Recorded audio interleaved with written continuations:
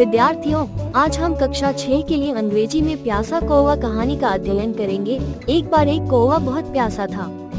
पानी की तलाश में कौवा इधर उधर उड़ता रहा। उसे कहीं भी पानी नहीं मिला। अंत में वो एक बगीचे में पहुंचा। वहां उसे पानी का एक घड़ा दिखाई दिया। घड़े में पानी बहुत कम था। उसने पानी पीने की कोशिश की, लेकिन उसकी चोंच पानी को छू नहीं पाई। उसने वहां पड़े कुछ कंकड़ उठाए। उसने एक एक करके अपनी चोंच पर कंकड़ उठाए और उन्हें घड़े में फेंक दिया।